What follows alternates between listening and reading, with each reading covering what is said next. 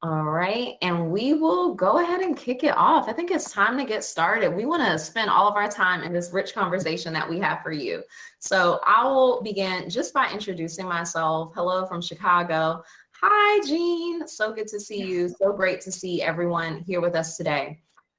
I'd like to introduce myself. My name is Angelina Darrisaw. I am the founder and CEO of C-Suite Coach, and we are really excited to have these conversations to offer value and have you hear from a mix of perspectives, both from the executive side as well as what would coaches say? How do we attack these questions when we're thinking about preparing to grow and thrive in the careers that we want? So today we'll be discussing coaching, mentorship, sponsorship, and how do you build the key people that you need in your network, in your quote unquote board of directors, or the resources that you need as you're seeking your next steps. So quickly, I just want to share with you a little bit about the mission and values of C-Suite Coach. Jackie, please, next slide. And we are focused on making career advancement and equity in the workplace a reality for all. So we have curated a really excellent group of Black, Latinx, and female women coaches who reflect the audiences that we coach in the workforce every day. So please do make sure you take a chance to check out our C-Suite Coach Network, csuitecoach.com/coaching, if you're interested in one-on-one coaching packages. And I have great news for you. We don't think you should be paying it for yourself. We think that you should be asking your employer. Most of your employers do have professional development budget allocated for you. So if you need any resources, letters that you can send, or any help figuring out how to make that ask of your employer, you can reach out to us as well right there on the website, and we will make sure that you get those resources so you can get the coaching you need. We're in Q1, 1 month in already, heading into midway through or beginning of month 2, and we want to make sure you hit your goals this year. So without further ado, I want to kick over the conversation to why we are here today, which is really to hear from our great group of panelists. And so to begin, as I mentioned, we have Erika Beckles, who is joining us from Meta/Facebook, and Dr. Danielle Jenkins and Petra Russell. So I would like to just kick it off, giving each of you an opportunity to share a little bit about why this topic is meaningful to you, and also who you are for the audience that's joining with us today. So I'll kick it off with Erika Beckles. All right. Hello, everyone. This topic really, it's one of those passion projects because it hits home, because I've served in several different aspects of this topic, from a mentor to an advocate to a sponsor to a mentee itself. My name is Erika Beckles. I've been here at Meta/Facebook for the last 4 years, and my role has evolved. I'm front-facing, so I work as a global diversity program manager. I have 20 diversity recruiters that are global reaching, and our goal is to engage and illustrate Meta's brand, as well as bring in some strong technical talent. And I'm just excited to be here. So I'm excited for the conversation. I'm excited to get to know everyone that's on this call, and excited to share some of my kind of backstory. Thank you so much, Erika. Petra? Thank you, and hello everyone. I'm Petra Russell, a passionate executive and leadership coach, and this topic resonates for me mostly as a coach, but I've also seen myself in both the mentor and the sponsor position. I typically do workforce advisory and culture consultation for organizations operating both here in the US and in Europe. And it is partly my mission to really help companies create work lives that work. In other words, bring love and worth into the workplace, and more specifically help leaders build engaged and high-performing teams by building individual strength, understanding uniqueness as an asset. And my special focus area currently is to create awareness around benefits of job crafting, initiatives that are supporting and are supported through coaching. So being in either a mentor, sponsor, or coach position really means you get to know an individual and really understand what's their what's their thing, what's their love, what do they want to bring forward in what they do, and how can you promote and help promote them, obviously in these different roles that we're discussing today. And I'm thrilled to participate on that discussion. Is really the essence is what's that person's core, right? What's that person's passion and purpose, and how can they best apply that and really make their most valuable contribution to whatever they're seeking to get involved with and make it their worthy goal. So I'm thrilled to hear commenting from our audience today on this as well. Hopefully this can be a really lively discussion, and thrilled to have Danielle and Erika here. I think this is going to be a lot of fun. So much looking forward to it. Thank you so much, Danielle. We'd love to hear from you. Yes. Hello, everyone. I'm Dr. Danielle. I'm excited to be here today, and just thank you, Angelina and C-Suite Coach Network, for just creating this space, a very important space. I am an empowerment and transformational coach. I started coaching, I would say, over about 8 years ago. And the reason for that is because I really enjoy helping people thrive. And I've worked with individuals, companies, and organizations because I'm really committed to helping them live powerful and meaningful and fulfilling lives. So a lot of the work that I do, I think about my background, and I have about 10 plus years in diversity, equity, inclusion, and people and culture. And so I use my expertise and my knowledge, and I kind of bring that to the forefront when I am coaching clients. And I really want to see people, again, thrive, live their best lives, and really provide them with the tools and resources to do that, and to come alongside of them and bring clarity, and also just help them with their goals and to be accountable. And so one of the things I do like to share is the last 4 years, I have been really focusing on coaching diverse talent in science and technology because of those gaps. So I want to see people stay in that industry. So I'm looking forward to engaging with you and other people in our network. So thank you. Thank you so much, Dr. Danielle. And I do have to say, you heard the brilliance of Petra and Dr. Danielle. They're both coaches that are available to have sessions with you. You can look for engagements for them on the C-Suite Coach Network. Now, I just have to share why this topic is so meaningful to me is because when I was entering the workforce, there's a token or a term rather that I coined for myself, which was first generation executive. I didn't have a lot of people in my family that came from a corporate background. And as I was trying to figure out how to navigate, we say first gen college students. In my case, it was first gen in the corporate workforce. I really needed to understand some of the basic things of how to operate in these organizational politics. How do I make sure that my name is mentioned in rooms? And I saw through building relationships with each of these roles, having a mentor, finding sponsors. I actually have some on this call I'm really grateful for, and working with executive coaches as well, helped me to craft what I needed and find the resources that I needed so I could grow. And I saw direct impact.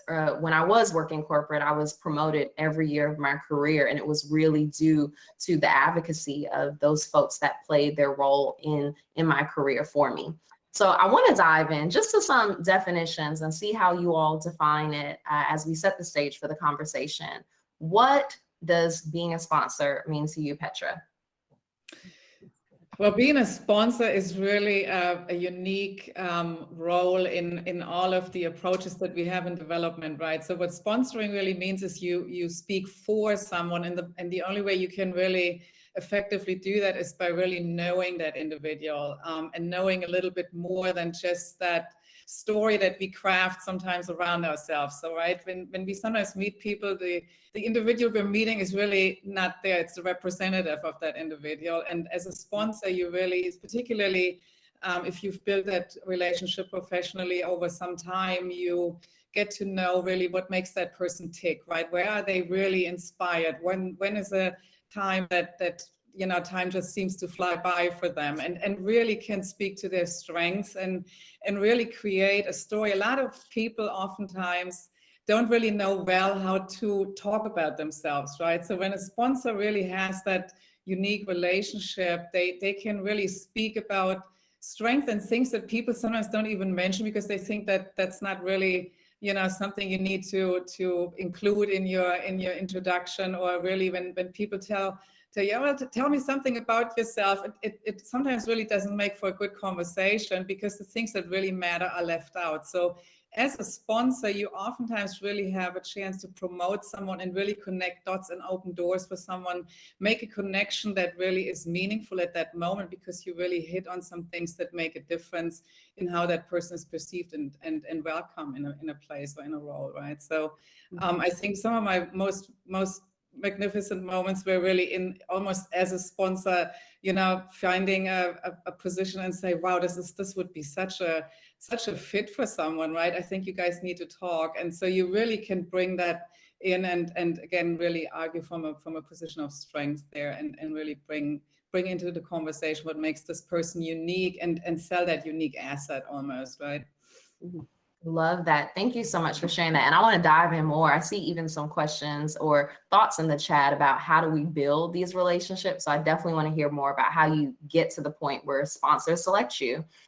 Dr. Danielle, what about being a coach? You're an executive coach. Tell us more about the role that executive coaches play and why it's critical. Yes, thank you.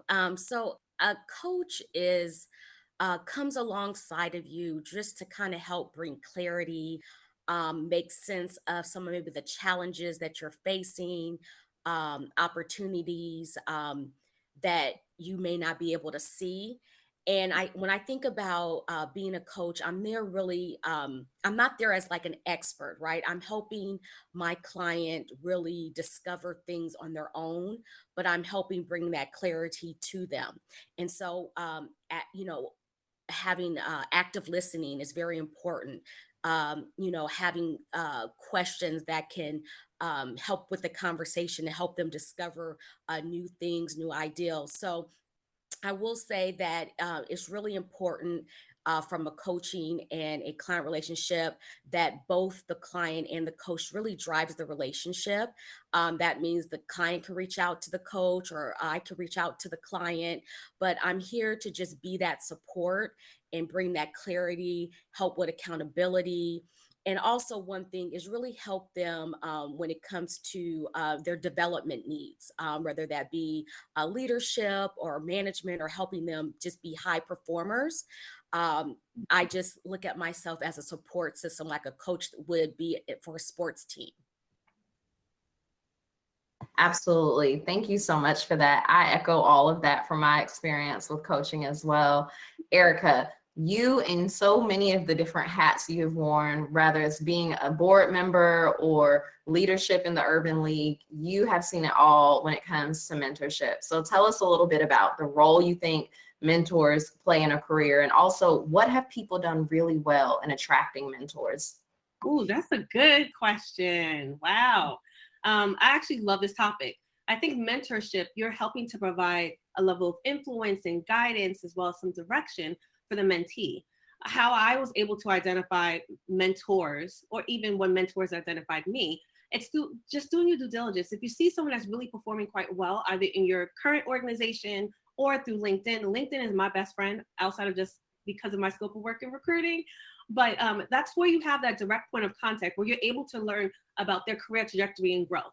You're also able to have that point of contact to engage them. Schedule for me, how I keep it top of mind of engagement with my mentors or mentees. I have a monthly cadence where there's a calendar invite that is constantly reminding me on that first Friday, I'm connecting with Dr. Williams, or I have to connect with my VP. So I'm giving them a high level overview of some of the work that I'm working on, but also leveraging some of their insight on some of my areas of opportunities. So I think it's a two-way conversation. You don't want to always just ask them what they need. You also want to make sure that you're helping to provide them with some insight and support. So mentorship is very, very near and dear. And then when we also think about, I think mentorship falls into coaching, which also falls into sponsorship. They're all interconnected. So it's all about how do you develop that relationship, that authentic relationship. I think that's the baseline and foundation. Once you have a good rapport with them, then it helps you on the professional as well as the personal side. Definitely. And I think about so many things. I love that you laid that out. It's also about you building the relationship. So not just having an ask, but coming in with an offer. And often, especially when it comes to mentorship and sponsorship, you want to make sure that they see you're making it clear what the value you're going to bring back to your mentor or sponsor is to build that relationship. They want to know that if they're going to put your name in the hat, that you're going to be representing them well and really helping them grow connections as well. So especially as we're in this virtual world, when it comes to developing relationships with mentors and sponsors, what are some of the best practices here? And I'll start with you, Erika. What I'm doing currently, I schedule 15-minute coffee chats. These could be via video, this could be via phone. I'm an old school person. I love to pick up the phone and actually speak to someone. I know that's not really millennial-like, but that's how I develop relationships. I think it's also been a learning opportunity for me. I am very much a people's person, so I'm so accustomed to being in the office and developing those relationships. I really had to stretch a new muscle, which was making more of a concerted effort for these virtual coffee chats. So the 15-minute coffee chats have actually yielded really good ROI for me. And when I say ROI or impact, it's more so I've met some leaders that I never probably wouldn't have had a chance to meet because we've been centralized to our respective location. Now in this virtual space, I connect with anyone globally. So it's a blessing, but it's also a good space to push yourself where you normally wouldn't. And I also come into those conversations with I have questions. I always have, you have to do more of your concerted effort to do your due diligence to make sure you're coming to the conversation prepared. So I always have at least 3 to 4 topics or icebreakers. So it helps to facilitate the conversation, but also what is the agenda of why I'm having this conversation and sticking to that. Yes, I'm really glad you brought up the time, because 2 things are happening right now as more of us are working remotely, and there's been a lot of not having boundaries between our personal and our professional lives. There is sometimes burnout. So making sure that you are keeping those conversations brief, but also maximizing with preparation is very critical. Petra, from a sponsorship standpoint, can you talk about what have you seen that's made you want to sponsor someone else, or what have you done to create a relationship with the sponsors that you have in your life? Oh, well, in my mind right now, I mean, with everything we got going on, right, there's a lot of movement. And I kind of stay away from the word, resignation or great resignation. I think it's really a reshuffle or a great migration. So a lot of people are looking for, new opportunities. They're rethinking their approach to work, right? They're really looking at values, something that I start out almost every conversation, right? Really getting to understand what drives someone, what are their decisions and actions based upon, and really get to the why, right? So in coaching, we really believe oftentimes, I hope Danielle that resonates for you too as a coach, we oftentimes get to the what and the how once we figured out the why. And a lot of times people want to get somewhere, and you really want to make sure that you challenge that thinking initially a little bit, right? So again, this is where the interface is with coaching. We always like to think of a coaching partnership, and that's where maybe similar here, again, where mentor and sponsor come in as well. Most of the time, mentees, coachees, or individuals that seek sponsorship, they don't really challenge what they think they already know. So you deal with a lot of assumptions and beliefs, and sometimes some truths or so-called truths. And then you really want to challenge that a little bit and make sure that person is really thinking about some reasons why that may not be so, rather than finding reasons why this must be true for them, right? So especially when it comes to career paths, I like that partnership as a sponsor or mentor, or sometimes a combination of all 3, to really be a little bit of a challenging of thought, right? So really rethink maybe where you're at, what you want to do, and make sure that motivation comes from a place that really gets you where you're seeking to go. And sometimes it's really a discovery, and that discovery can come in all three relationships, right? As a mentor, as a sponsor, or a coach, you can really create, and Danielle spoke to the clarity earlier, you can really help someone to create clarity around what is it really that they want to accomplish, what's driving that, right? And why is that important? And why is it important now, right? So a lot of things, Erika said, like start with questions. I think the questions come, regardless, but a lot of times that's where I start and really create some clarity for the individual around, where would you like to go, and what is this maybe supposed to look like for you, and what would make that fulfilling and satisfying for you.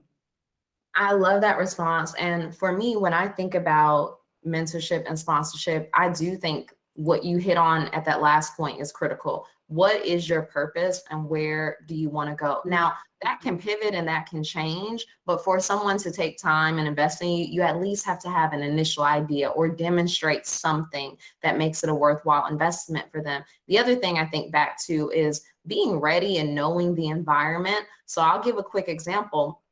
Back in the day, I was working for Viacom Corporate, and Viacom, now CBS Viacom, owned MTV, VH1, BET. It was a very casual environment, but I was on the corporate strategy team. And many people, even on that team, were casual, but I always dressed up a bit because I could see the leadership on my team. That's how they dress. And one of my executives would always say, I have a meeting on 52. 52 is what we call the executive floor. And when he showed up with his team, he always wanted people to be dressed for it.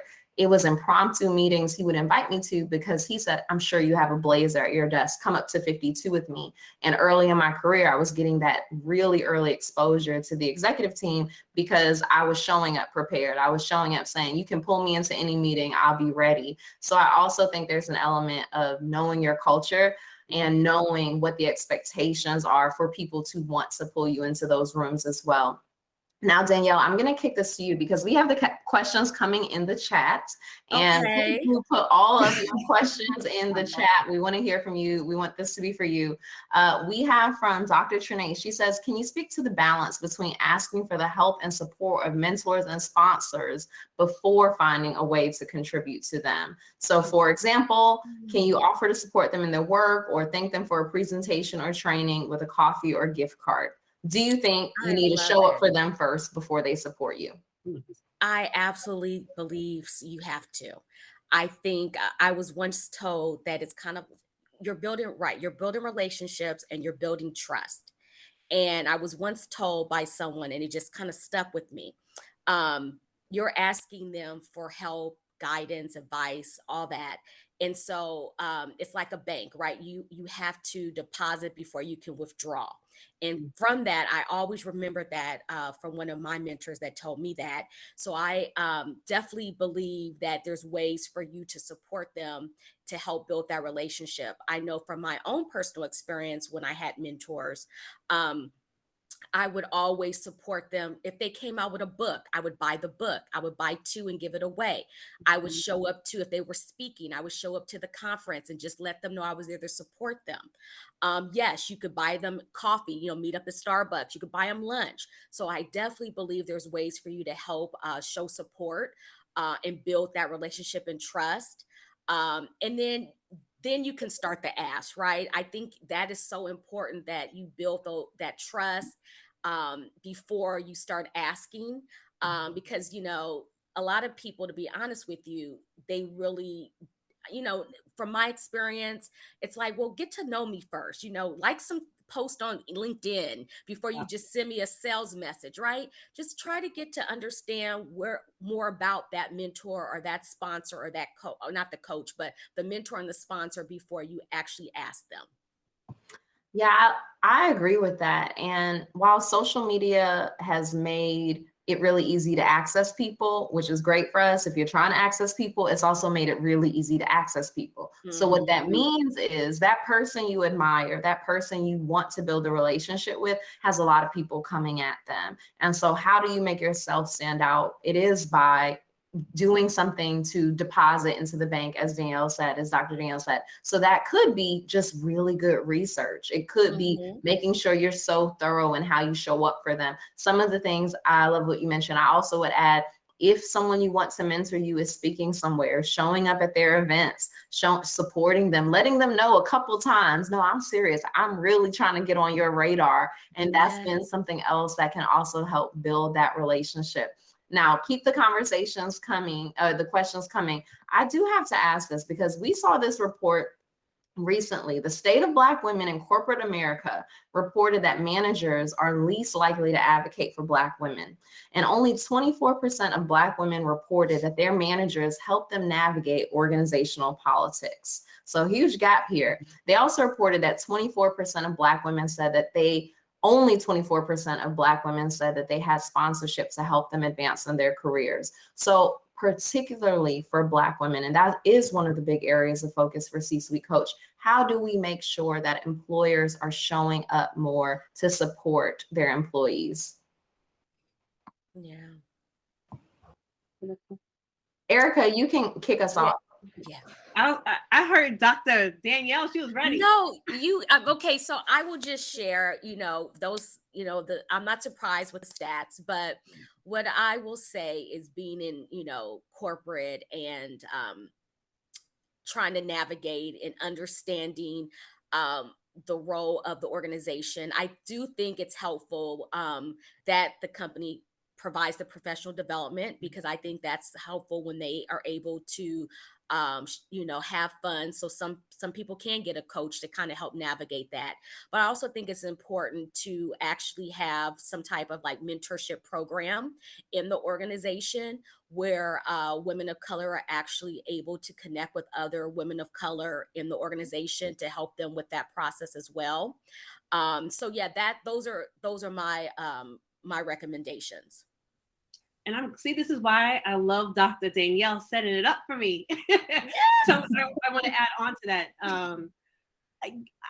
I think the first thing you should be doing is doing some research and due diligence on what are your company's benefits. I think a lot of us don't really read what's entailed in that, because normally there is an allotted budget assigned to professional development, leadership, and training.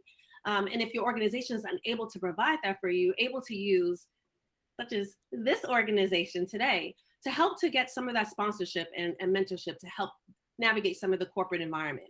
I would also lean into employee resource groups. So for us at Meta, we have a Black Women at resource group. There's 1,200 of us, 12,000 of us now globally. And within that team, our service, one of the global leaders, we help to curate a new program where we're doing reverse mentorship.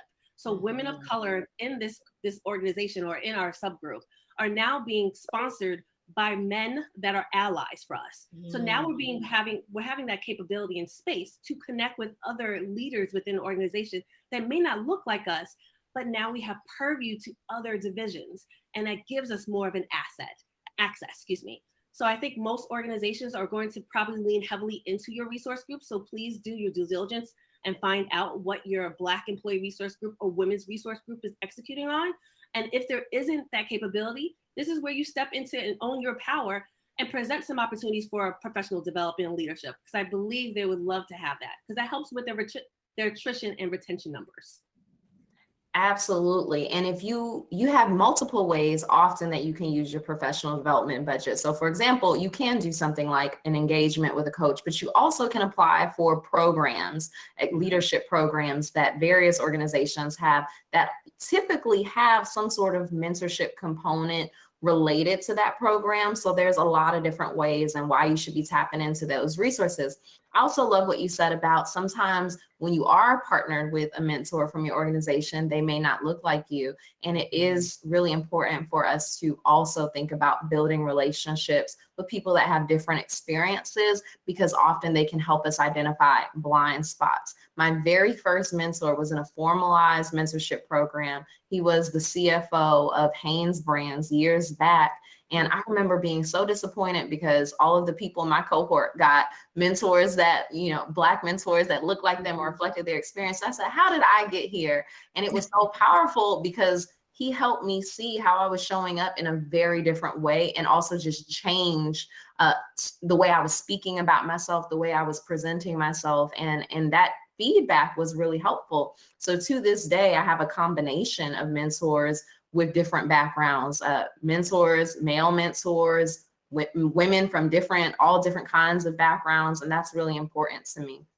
So Angelina, can I just speak to that? I love that. I was going to say, yes, definitely have diverse group of mentors.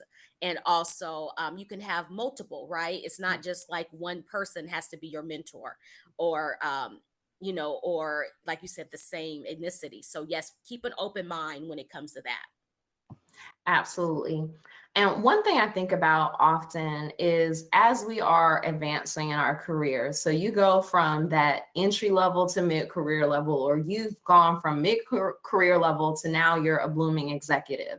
Can you keep the same mentor sponsors? Do your relationships have to change? Do you need to find a new set? I would love if you all could speak to that, and I'll kick it off with Petra. Thank you, Angelina. I wanted to actually just make a quick comment to what was previously said.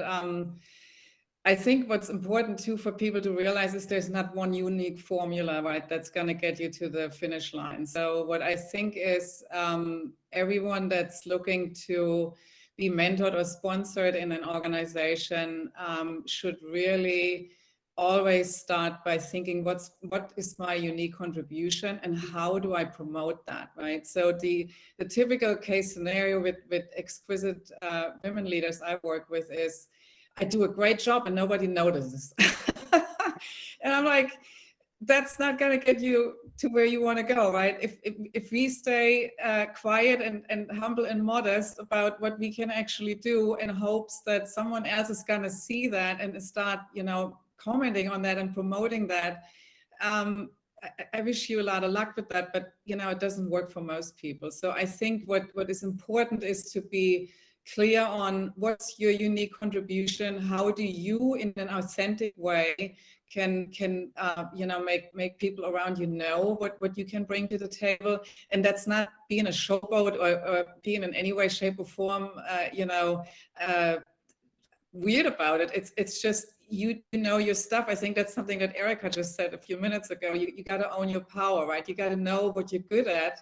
And that in itself is a discovery for many people, right? And that's where sponsoring starts as well. It's about you can only promote something that you understand as a strength and a unique contribution, and that's where you want to connect the dots later on for someone. So again, there is not this great, same with mentorship, right? It's just like, how did you do it and how can I apply this? No, that's not what this is about. You learn from other people's experience, but eventually your path is your path, meaning how you translate that into how you want to show up in an authentic and unique way is going to look different from, what brought success to this individual or the one before that. So always really have the courage to recognize what makes you uniquely you, and really don't shy away from promoting that. And even if it's your funny accent, which in my case came up many times in my career, be you in that way, right? And know where can you really come in and bring something to the table that is unique to who you are. And I think that's something that we need more of in the workplace, and promoting that has to really come from the individual rather than, again, waiting, for someone else to see that, hear that, and feel like, okay, I'm gonna talk about that now. It's got to start with you.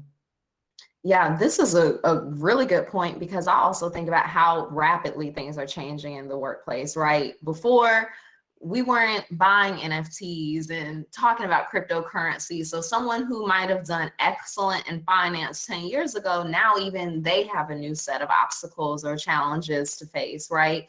And so your mentor might have excelled in one space, but you have your own path. And there's also new elements that are being added into all of our careers all the time. I do want to come back to the question that I asked earlier. No worries. But before we do that, we actually have a couple related questions to this. So let me address those first. From Joy, we have, can you provide examples, and any of you all can answer this, of telling and showing the work that you've done to your mentors and sponsors?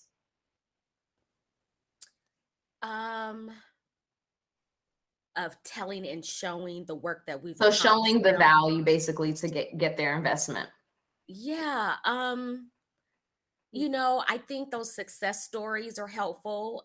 If you have an opportunity for someone to write a testimonial or someone to help do a recommendation on LinkedIn, I think those are kind of ways to kind of help new clients see your work as well. That's what I think. The testimonials and recommendations are always helpful. I think it's also very interesting for me. I think we sometimes forget all of the impact we've made. So comparable to what Dr. Danielle said, I actually have a folder in my Microsoft Outlook where I'm capturing all of the testimonials of thanks, the recognition I received. And then I create this into a folder that I then share. I compile some of that information. I like presentations, that's just me. So I compile some of that information into a presentation. And that's actually what I share out on a quarterly basis with some of my mentors. So they're seeing some of the impact that I'm making and how I've actually grown quarter over quarter. Absolutely. And I'd also add, when rather it's either a mentor or a sponsor opens up some sort of opportunity for you, reporting back on what you gain from that opportunity. So I'll give a couple examples. Being a business owner, especially early in my business, budgets were really tight. You have a lot of upfront investment when it comes to running a business. And there were a lot of conferences I wanted to attend that I thought were critical for my development. And I didn't always have the budget. And some of my mentors showed up. Either they knew somebody and they had a free pass, or they had a free ticket, and helped me get into those rooms. And so if I got value from that, if I made a connection that helped with the deal, mentioning that, following up with a note can be something that's really helpful in keeping that relationship and renewing that investment as well. So there are a couple other questions, and then we'll come back to the one I asked earlier, but this is important. And I think, Erika, you would be great to speak to this. How do you approach executive sponsors of ERGs who are not that engaged, and to start rewarding employees who are volunteering in ERGs, but are often not compensated for that work? That's a really great question. I actually experienced that in my previous organization at Disney. I think sometimes there is a lack of engagement from executive sponsorship because they don't have visibility to the work that you're showing or the impact that you're making. So I think the first thing you need to do is compile all of the, not even compile, you want to make sure that you're telling a really compelling story. So this is where you'll be able to provide either a presentation, schedule some time with them to just walk through the strategic roadmap. Here are some of the high-level tenets or core guiding principles that we leverage for this year, and then tying that back into the actual impact. So everything's very black and white. So if you could show the actual impact you've made for the progress, that's going to get them more bought in, which will allow more visibility, which will allow more access. So I think that's first thing. Schedule some time. Also it provides you with visibility to that executive as well. And that also, if they're your executive sponsor, they want to know what you're doing because that also makes them look good.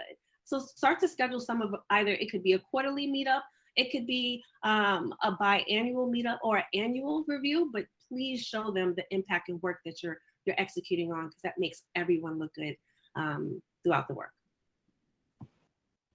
Awesome. Okay, now let's get back to the question, because I do want to know what you all think about this. And this is probably a pressing question for many. As you're changing levels in your career, you're going from junior to mid-level or mid-level to executive, does the role, and also who, the mentors, sponsors, and coaches on your team, if you want to call it a board of directors, in your Rolodex, does that need to change? And if it does need to change, what are the shifts that need to happen? How do you build those new relationships as you're navigating next steps in your career? Yeah, I think you have a board of directors, and you could either add to it, or there may be a time where you do need to make a transition or a shift. But I will just say, even in my own career, starting out like entry level, at first I started out with a lot of mentors because, you're just getting out of college, you're trying to figure things out. You don't really have your career goals set yet. But as I advanced in my career, I realized, okay, I really need a coach to kind of help clarify some of my goals and kind of hold me accountable. And so that's when I kind of lean more on a coach. I still have my mentors, right? Because they've kind of traveled that journey before and can offer that advice. But I think as you advance in your career, you get more senior level, you are dealing with a little bit more challenges. Like, C-suite, it gets lonely at the top. You don't have a lot of people to talk to. One, you can't, you don't want the other leaders to kind of know that you don't, you're having these challenges, and you can't really talk to someone who's like under you because you're supposed to be the leader and try to have it all together. So that's when I think where the executive coach comes in, and they act as like your sounding board, where they can help you deal with some of those challenges that you may be having, and offer, that space for to share, bring more clarity, offer some type of feedback to help you navigate some of those challenges. Absolutely. And when you think about board of directors, I also think we think about with an organization, often there are term limits, right? And it doesn't mean that, for example, I was on the board of a nonprofit. My relationship with that nonprofit didn't end. I still contribute. We still have an active relationship, but I don't have capacity to be on that board anymore. So they're better suited with someone who has more capacity. So for that organization, that board had to shift. And in different seasons of our careers, we have to recognize when the term limit has expired for folks that may not have the capacity or the right resources for what we need in that moment. Absolutely. I would also what I think we can also do is leverage your current board of directors, because they could give you insight to future mentors or continue to expand them. You're able to leverage that network to enhance your own personal network. So please leverage the resources that you have existing. Absolutely. And please do put your questions in the chat. We want to continue to hear from you and make sure we're addressing your questions. I would love to know, in your careers, are there any stories about a coach, a mentor, or a sponsor? Each of you feel welcome to take any of those that's really influenced the trajectory of your career. Maybe one thing I would love to add to the idea of, do these relationships change? Do you look at different mentors, sponsors, coaches as you progress in your career? Something I believe that's very important here too is that you want to make sure that the things that you know or think to know that got you where you are, again, it's about a challenging network, right? It's about people that have the courage to really ask you some questions and not necessarily become your echo chamber. So I think it's always important to stay humble and really seek feedback. And in every level of your career, you got to make sure that you have a network of people that really keep doing that, right? And again, what I said earlier about challenging your thinking, it's the further we get sometimes in the career, the more we get attached and hold on to things that we believe to be the last word on something, because it did bring us to a certain point and it has worked for us in the past, but it doesn't mean that we don't have to stay agile and particularly cognitively agile and keep learning and keep changing and shifting and really check on, what's really relevant. How do you actualize yourself? And again, this is going also into coaching with self-actualization. Really always make sure that you have that kind of a network, that you're seeking for facts. And even if you don't find the answers that you agree with right away, right, you stay open to that and really continue to learn. And these relationships that really matter in terms of your career advancements are really going to be the one that challenge you, not so much the ones that keep cheerleading you at all times. I think you need cheerleading, but you also really need that interruption. And it's like we say sometimes in coaching, right? You can't tickle yourself. You really have to have someone that does that for you. Oh, I love that. And something else that you said that struck a chord with me is, I also think while there can be value, and at some points you do need to add to your board of directors, there's also a lot of value in keeping those mentors with you for seasons of your life.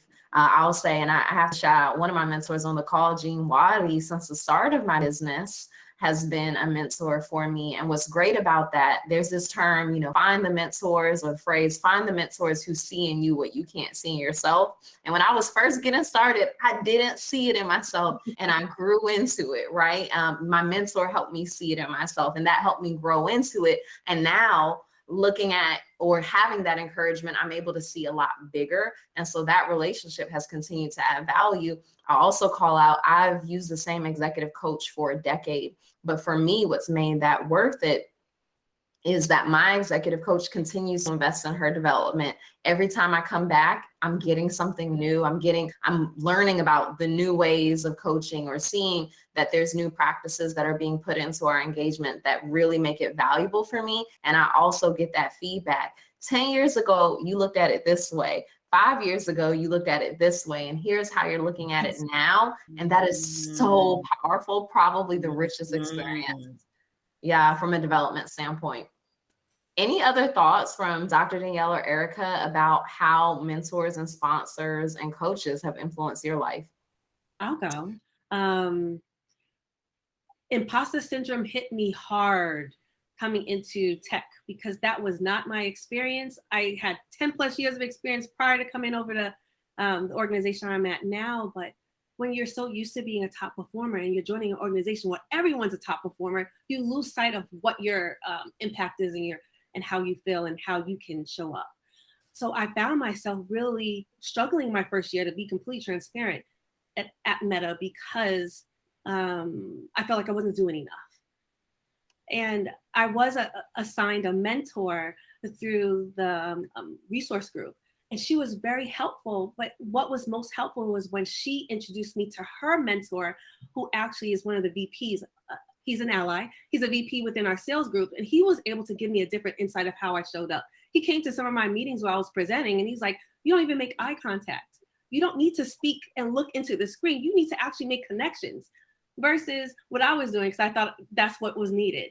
So I think being able to have a very honest conversation, and he was able to really yield and empower me to feel more at home in my space, and let me know that I'm a subject matter expert, that helped to build my confidence, which then allowed me to show up very differently to my clients. And that, of course, led to my upward mobility there. So what I can say is, I did not expect an ally would help me with my imposter syndrome, but he came when I needed it. So you'd be surprised about who will support you and show up for you. Yes. I've had one of my mentors for the last 10 years, the same mentor, and I have to just echo what you're saying about the imposter syndrome, where, when I wanted to go get a doctorate, my mentor was able to, she had just finished the program. And so she was able to give me advice and tips for getting through and navigating that while working and family and everything. And just a great experience is my mentor was able to connect me with one of my sponsors, who helped open a door to an opportunity for working with the city of Los Angeles. And so you just never know where those relationships will lead. I built trust. She was like, okay, I'm going to introduce you to, the director at the city, and he opened up doors. I became a consultant, started getting work, engagement. And so it just we're still close to this day. So all I would say is, you just never know where those relationships will lead. Always stay in touch with people, even though you may be advancing in your career and you may be, needing someone else to come on your board of directors, still maintain those relationships. Mm-hmm. Oh, such power there. And I agree with that. You need mentors from different backgrounds. That eye concept thing, Erika, that also, my mentor at Hanes Brands would get me on that all the time. And he would say, you're coming across as not confident. I don't know if I can trust what you're saying. And I never thought of it that way. I thought, I'm taking notes. I look focused, right? So it is really good to see how different people perceive our actions in the workplace. We have a couple of questions coming in from the chat. This one got a +1, so I'm going to ask this one first, and then I'll come back to the second one. Thank you for sharing your space and time with us today. What are some of your thoughts on how to maintain harmony and balance between proving yourself and being the strong Black woman and avoiding burnout? I was reading an article about the burden of Black excellence and how Black women are redefining excellence in their own terms. I recently hit the burnout stage and had to take a leave of absence from my corporate position to take a sabbatical in Africa. How can I balance these two themes authentically? So how do we balance burnout with also being strong? And we know that that burden is unique to Black women often. Yeah, I would say, and thank you for sharing that. I know that wasn't easy, but what I will say is I learned very early in my career, you don't have to fight every battle. You kind of, use your best judgment when you do decide that you will need to, advocate for something, whether it be in the organization or get your voice heard. But um, one thing I will share is you have to take care of yourself. It's so important. And I know we've been talking about this since the pandemic about self-care and mental health, and that is crucial. And that's what's important, right? Because if you don't take care of yourself, you can't really do anything for anyone else or your job. So please make that a priority. Also, I would say is it's okay to ask for help. It's okay to ask for resources. You don't have to do everything by yourself. I have made it a point where, you know, even though people would expect, I have a high level of people would expect certain things, I will reach out and ask for support if I need it so I don't get burnt out. Or I will, say no to some things that, people weren't used to me saying no, but I'm like, you know what? I can't do everything. So I think you really have to take it upon yourself and be kind of proactive about making sure that you're caring for yourself first, and then asking for help, asking for resources, and making sure that you create a support system that when you come to that stage where you're feeling burnout, or you're feeling like you're not feeling well, that you can go to a certain group of people in that support system to kind of help you navigate with that. That's good. What I can say is, as a former people pleaser, still in the process of that, setting boundaries, but also being very transparent with your team. I think and for me, where I saw a major shift in how I was showing up, as well as my own personal and professional development, was when I started to be comfortable by saying no. I have a team that is global. So I have some teammates that are in the APAC, Asia markets, and I have to stay up until midnight. And then I have my European counterparts and peers and directs. So it's all about, how do you manage your calendar? Because if you are not taking care of yourself, like everyone knows, 9 a.m. on Tuesdays, that's my therapy session. I'm very honest about that. That's where I'm pouring into myself, and my team knows that as well.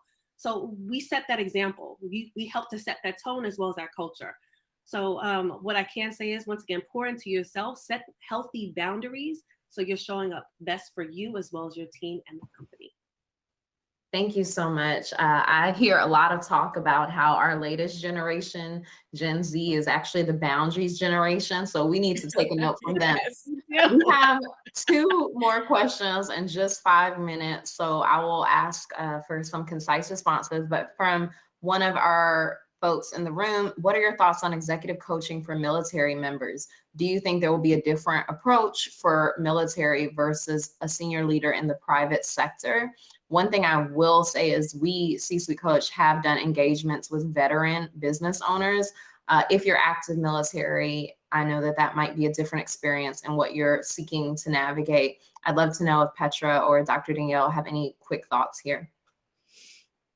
I think, when you think about military, or as a prerequisite for a corporate career, for example, we have oftentimes the difference between a more hierarchical leadership style and then agile, which is what most companies in the corporate environment have. So the benefits of really coaching through, and really understanding how your strength can play into this in this new environment is definitely by understanding that, leadership has changed to the point where it's lead self first, right, before leading others, and then really leadership is coming from contribution, from diversity of thought, from bringing a lot of different perspectives into the conversation and the discussion, and it's not so much getting directives anymore. So the idea of am I okay with this answer? Am I okay with what I hear? Am I comfortable enough to question that and actually bring the conversation forward in that sense is something that oftentimes in organizations that I've worked with, particularly where there was a high percentage of military retired and engineers that have then joined the corporate environments, really that idea of bringing their selves into the conversation, bringing their own thinking into the conversation without so much going with, this is how things are done here, or this is how we do things here. And really having the courage to shake things up is oftentimes something that really was a game changer for a lot of people. Thank you so much. I'm really glad you brought that up. How we're thinking about leadership is changing so much. And we chatted about that recently in New York Times. Jackie will drop the link in the chat. We have one last question. I asked for a super brief response so we can wrap up from Erika. How do you gracefully end a mentor relationship?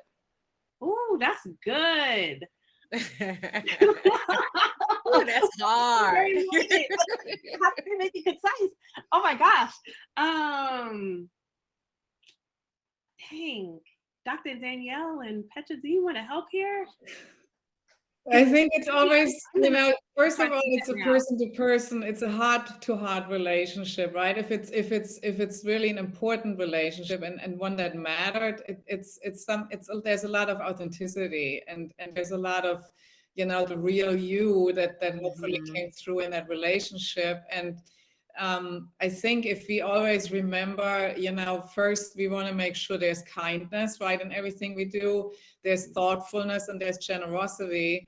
I think you can almost craft any message, right, and it's not necessarily labeled good or bad or right or wrong. It's just how did you present it, right? How did you consider the receiver and what do you know about that person to really customize the message and make this a win-win, right? So I think with anything, these relationships, particularly mentor and sponsor, where you really take on a role and further someone else, advance someone else, you want to create a win-win. And if you're on the receiving end of that relationship, you want to bring up, and remind, that individual what a difference he or she was able to create, right? And really point out what was your takeaway. That's the biggest reward. I think if you as a mentor or sponsor really get to hear again what kind of a difference you were able to make for that individual.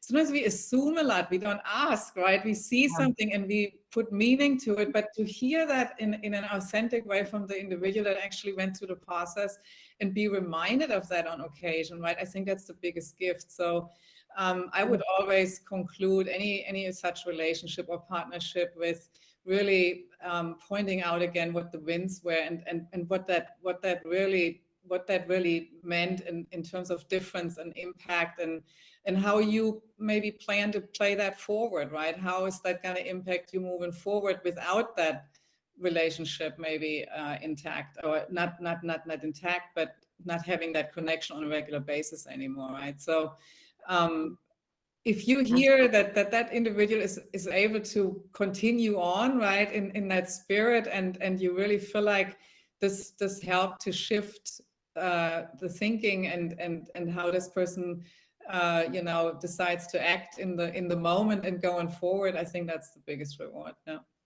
Yes, we want Petra writing all of our emails. Consider the sender. That was a beautiful response. Thank you so much. Thank you everyone for all of your questions. I do want to remind you that both Petra and Dr. Danielle are available for free 15-minute consultations. We've dropped the link in the website. Thank you in the chat. Thank you all for joining. Erika, any advice on how we should stay connected with you? Should we be following your journey on LinkedIn, or any other thoughts? Of course. Yes, please follow me on LinkedIn. I will put my LinkedIn link in the chat, but I look forward to just connecting with everyone here. That's the purpose of these calls and conversations. Thank you so much. We're excited. And please come back for our March C-Suite Coach Chat, which is actually a deep dive on imposter syndrome. So something that many of us face. I hope you all will join us, and we'll see you next time. Thank you, everyone. Thank you. Thank you so much.